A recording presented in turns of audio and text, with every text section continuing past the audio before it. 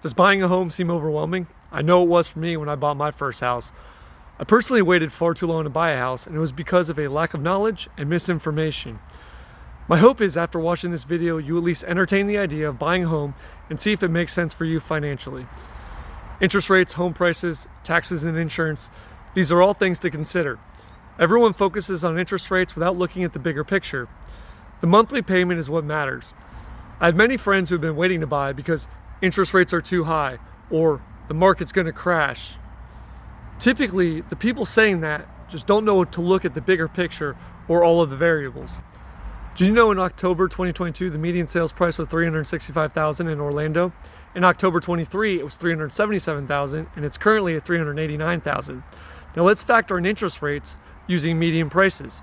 If you bought a median priced home 2 years ago at 7.5% with only 5% down, your mortgage payment would be roughly $2,300 a month.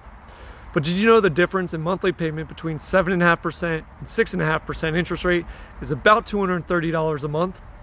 So at the end of the year, that's approximately $2,800 more in payment. Most people look at the percentage without correlating it to a dollar amount in the payment. So while you are worried about paying an additional $5,400 in payment over the last 2 years, that same house is now worth $24,000 more than it was 2 years ago. Now factor in the amortization schedule.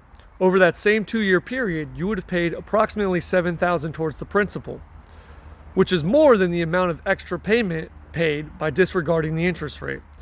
So while focusing on interest rates in comparison is a relatively small part of the equation, you are likely putting yourself even further behind the 8 ball because home prices keep increasing year over year. It's important to know home prices go up and down month to month, but on average increase 3% year over year, and in extreme markets like we saw during COVID could be as high as 20-25% as we saw in many parts of Florida. And in some markets like Ocala and Palm Bay, they saw an 8% average increase for almost a decade. And despite those spikes, prices never returned to where they were.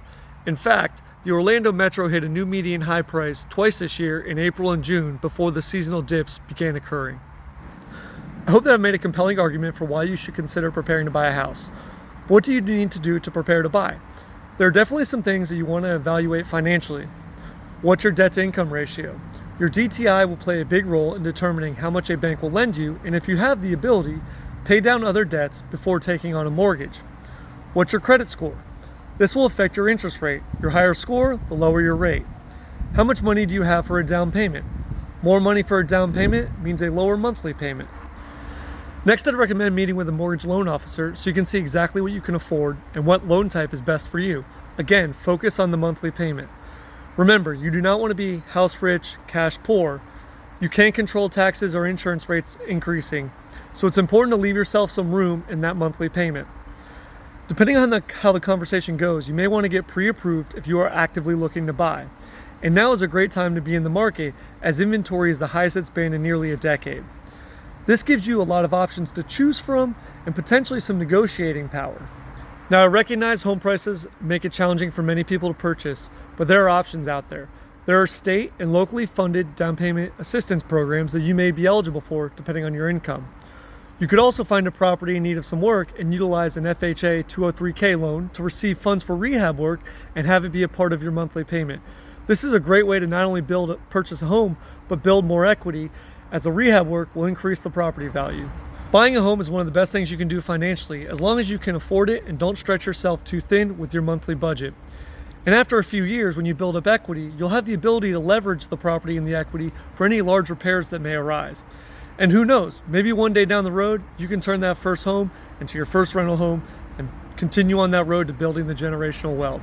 If you have any questions or need any help, give us a call, reach out to us. We have plenty of resources to help you out. Have a great day.